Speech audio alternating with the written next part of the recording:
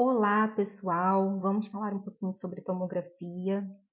Eu trouxe esse exame da Policlínica Piquet Carneiro, tá? Não coloquei aqui o nome do paciente para não identificá-lo. Lembrando que todos os pacientes assinam termo de consentimento, né? Para a gente utilizar como material de estudo, material didático, né? Para os alunos da UERJ e em geral. E esse exame ele tinha como indicação a avaliação de um pequeno aumento de volume na região posterior da maxila, do lado esquerdo, pela região do palato, né, próximo ao rebordo alveolar.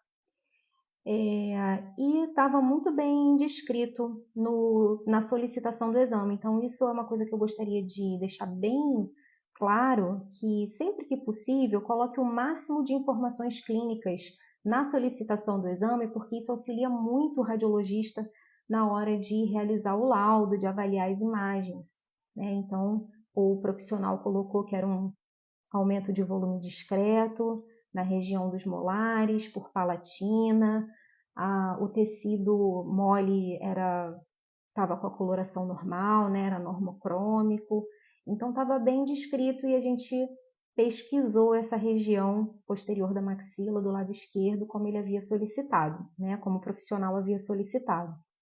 Então, como que a gente, radiologista, monta os chamados templates, né? Esses nossos relatórios? Como que a gente faz? Primeiramente, a gente avalia as reconstruções axiais, né? Que são aquelas reconstruções que dividem o corpo em superior e inferior, né? E a gente pode observar aqui. Então, a gente identifica um ponto, né, na região que a gente deseja, da maxila, por exemplo, e a gente traça uma parábola. Essa parábola aqui, ela vai gerar essa reconstrução coronal panorâmica aqui, né? Então, aqui a gente não tem uma radiografia panorâmica, tá? Aqui é uma reconstrução de tomografia computadorizada de feixe cônico, a chamada reconstrução panorâmica ou reconstrução coronal panorâmica.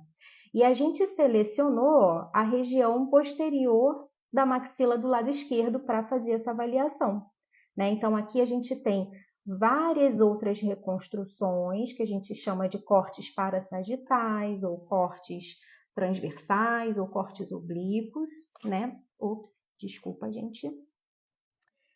E aí, o que a gente tem, né? Vamos ver. Esses cortes aqui, eles possuem a espessura de 1 milímetro e entre um corte e outro a gente tem uma espessura de 2 milímetros, tá? E são reconstruções, essas reconstruções aqui parasagitais, são reconstruções em tamanho real, ou seja, não tem ampliação da imagem, ou a ampliação ela é insignificante, né, estatisticamente, por isso a gente considera que é tamanho real. Então, toda vez que vocês observarem esse 1:1, significa tamanho real da estrutura, né? Então, aqui, ó, se vocês observarem, um pouco depois do corte 70, né, ó, 71 e pouquinho, 71,7, a gente está bem na região do dente 23, né? Então, o que a gente observa aqui é uma parte do dente 23.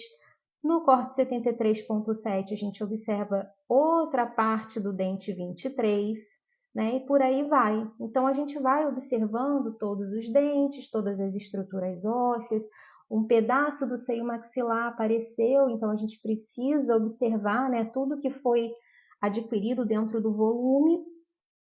E aí a gente começa a observar uma imagem hiperdensa na tomografia. Tudo que é radiopaco, que a gente fala na radiografia, aqui a gente chama de hiperdenso, né? Então, observem aqui, ó, exatamente na região palatina, né, na cortical palatina do rebordo alveolar, a gente tem essa imagem hiperdensa, né? E essa imagem, ela é sugestiva de quê? O que vocês acham, né? É um aumento de estrutura óssea, né? Então, aqui a gente tem a chamada exostose, né? Então, nada mais do que uma exostose, tudo certo, e o caso resolvido.